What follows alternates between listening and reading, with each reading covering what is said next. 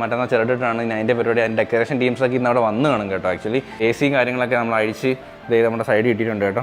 ഈ സൈഡ് മൊത്തം AC സാധനങ്ങളാണ്. അപ്പോൾ ഇനി ഇവിടുത്തെ ടീംസിനെ ഇത് അണ്ടർ വാറൻറ്റി ആയതുകൊണ്ട് നമുക്ക് ഇതെടുത്ത് ഫിറ്റ് ചെയ്യാനൊന്നും പറ്റത്തില്ല, വേറെ ടീംസിനെ വിളിക്കാനും പറ്റത്തില്ല. അപ്പോൾ ഇവർ തന്നെ ഒന്ന് സെറ്റ് ചെയ്ത് തരണം കേട്ടോ. മഞ്ഞപ്പൊടിയൊക്കെ ഇട്ട് എന്തോ കഴിക്കുന്നത്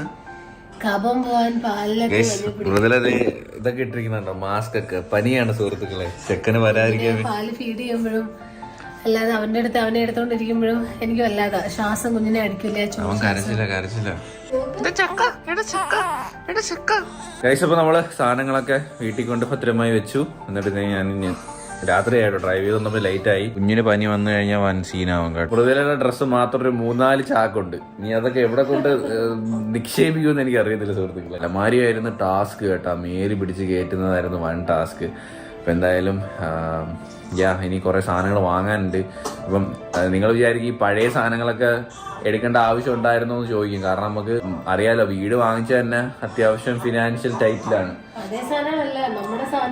അത് പഴയ സാധനങ്ങൾ എന്ന് പറയുമ്പോഴും അത് AC, അതുകൊണ്ട് തന്നെ കട്ടില്, മെത്ത എന്നൊക്കെ പറയുമ്പോൾ അത് എങ്ങനെ പോലും വാങ്ങാനായിട്ട് അത്യാവശ്യം നല്ല റേറ്റ് ആവും. നമുക്ക് അത്രയൊരു കോസ്റ്റ് നമുക്കിപ്പോൾ എടുക്കാനായിട്ടുള്ള ബഡ്ജറ്റ് ഇല്ലാത്തത് കൊണ്ട് നമുക്ക് വേറെ ഓപ്ഷൻ ഇല്ലായിരുന്നു, അത് എടുത്തേ പറ്റത്തുള്ളൂ. അതുകൊണ്ട് നമ്മൾ പോയി എടുത്തത് കേട്ടോ. ആ ബെലീനോ നീല കാറും നമ്മൾ അങ്ങോട്ട് ഷിഫ്റ്റ് ചെയ്തിട്ടുണ്ടായിരുന്നു. ഇപ്പം പിറ്റേന്നായി കേട്ടോ. മൃദുലേക്ക് പനി ഇതേ കുറഞ്ഞിട്ടില്ല. അതാണെന്ന് ഇന്ന് രാവിലെ ഹോസ്പിറ്റലിൽ വന്ന് ട്രിപ്പൊക്കെ ഇട്ട്. അപ്പൊ ഇത്ര നേരം എന്റെ ഇരിക്കുകയായിരുന്നു കേട്ടാ. ഇതിനകത്ത് കിടക്കത്തില്ല, ഭയങ്കര കരച്ചിലായിരുന്നു. അങ്ങനെ വെളിയിൽ കാറി ഇരുന്ന് അപ്പം ഭയങ്കര വിമിഷ്ട. ചൂട് ഇപ്പൊ ഒട്ട് സഹിക്കത്തില്ല ചെറുക്കൻ. വെളിയിൽ അങ്ങനെ ഇറങ്ങിക്കൊണ്ട് ഞാൻ നടന്നുകൊണ്ടിരുന്ന. അങ്ങനെ അതേ മൃദുല ഇഞ്ചക്ഷൻ എടുത്താടി, ട്രിപ്പ് ഇട്ട്. അതിപ്പോ അനങ്ങാതെ കിടക്കുന്ന നോക്ക്. അമ്മ വന്നപ്പോ അനങ്ങുന്നില്ല. എന്റെ കയ്യിരുന്ന് കീറ്റില്ല. എന്തായാലും ഇന്നലെ റൂം മൊത്തം കാലിയായപ്പോ എന്തോ ഒരു വിഷമായിരുന്നു. അതെ, റൂം ഭയങ്കര ഫേവറേറ്റ് ആണ്.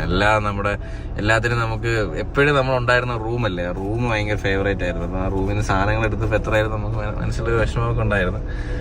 അപ്പൊ റൂം ഇങ്ങനെ കാലിയായി കിടക്കുന്നത് കണ്ടപ്പോഴും നല്ല സങ്കടമായിരുന്നു. ഞാൻ മൃദുലെ വിളിച്ച് വീഡിയോ കോൾ ചെയ്തത് മൃദുല ഭയങ്കര കരച്ചിലൊക്കെ ആയിരുന്നു. അപ്പോൾ നമ്മുടെ ഡെക്കറേഷനുള്ള ഐറ്റംസ് ഒക്കെ ഇവിടെ കൊണ്ടുവന്നിട്ടുണ്ട്. ഞാൻ പോയി ഒന്ന് പാഡ് ചെയ്യുന്നു, സെറ്റാക്കിയിട്ട് നാളത്തെ ഫംഗ്ഷന് വേണ്ടി സെറ്റാക്കിയിട്ട് വന്നിട്ടുണ്ട് കേട്ടോ. അതിൻ്റെ ഇവിടെ നമ്മുടെ ഡെക്കറേഷനുള്ള ഐറ്റംസ് എല്ലാം പുറത്ത് കൊണ്ടുവന്നിട്ടുണ്ട്. അകത്ത് വേണ്ട ചേട്ടനോടെ സെറ്റ് ചെയ്തുകൊണ്ടിരിക്കുക കേട്ടോ. അത് നമ്മൾ രാത്രി തന്നെ റൂം ഇവിടെ എടുക്കാമെന്ന് വിചാരിക്കുന്നു. കാരണം ഇവിടെ ഫംഗ്ഷൻ നടക്കുന്നുണ്ട്. പിന്നെ രാവിലെ അല്ലെങ്കിൽ എല്ലാം കൂടി ബുദ്ധിമുട്ടാവത്തില്ലേ, രാവിലെ കുളിച്ച് അവിടെ നിന്ന് ഒരുങ്ങി സമയമില്ലാത്ത സമയത്തിന് ചിലപ്പം. അതുകൊണ്ട് നമ്മൾ ഇവിടെ തന്നെ റൂം എടുത്തിട്ട്, അതാകുമ്പോൾ ഇവിടെ റൂമുണ്ട്.